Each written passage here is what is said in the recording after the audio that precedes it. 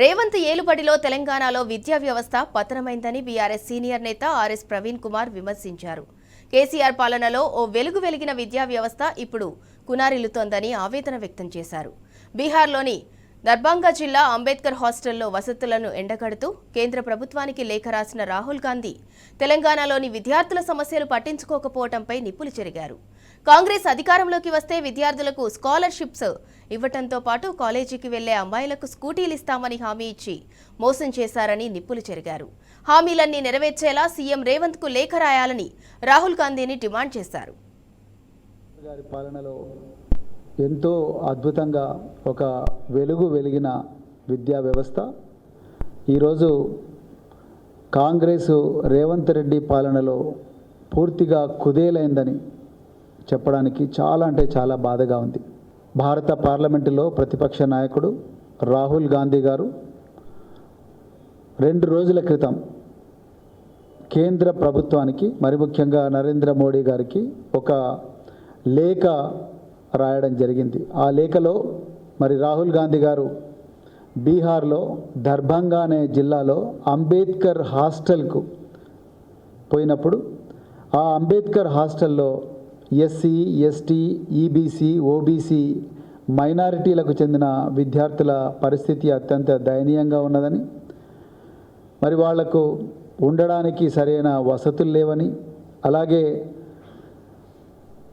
టాయిలెట్ల పరిస్థితి అత్యంత ఘోరంగా ఉందని, తాగడానికి నీళ్లు కూడా సరిగా లేవని, అదేవిధంగా ప్రాపర్ మెస్ ఫెసిలిటీస్ కూడా లేవని, అలాగే లైబ్రరీలకు బుక్కులు లేవని, అలాగే ఇంటర్నెట్ సదుపాయం కూడా లేదని, అలాగే విద్యార్థులకు రావాల్సిన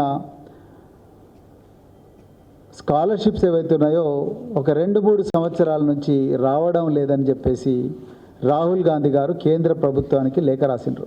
మేము ఒక్కటే చెప్పాలనుకున్నాం, అయ్యా రాహుల్ గాంధీ గారు లేఖ బాగానే రాసిండ్రు, కానీ నరేంద్ర మోడీ అడ్రస్తో పాటు సీసీలో రేవంత్ రెడ్డి అడ్రస్ కూడా పెట్టాల్సిందని మేము అనుకుంటున్నాం. నిజానికి ఇక్కడ చెప్పిన సమస్యల కన్నా ఇంకా తీవ్రమైన సమస్యలు, బీహార్ కన్నా ఘోరమైన సమస్యలు ఈరోజు తెలంగాణలో విద్యారంగాన్ని పట్టి పీడిస్తున్నాయి. ఇది వాస్తవం.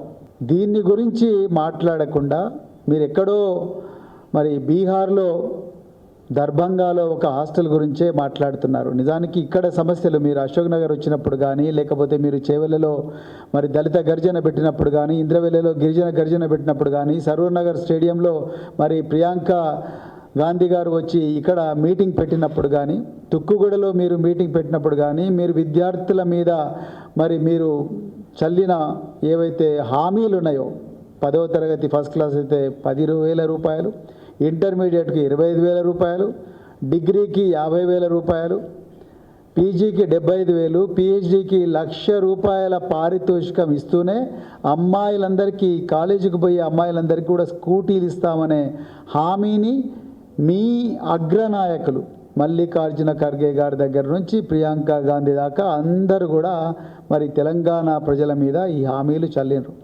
మీరు దాని గురించి మీ ముఖ్యమంత్రి అయిన రేవంత్ రెడ్డి గారికి లెటర్ రాయాల్సింది, అది మీరు రాయలేదు.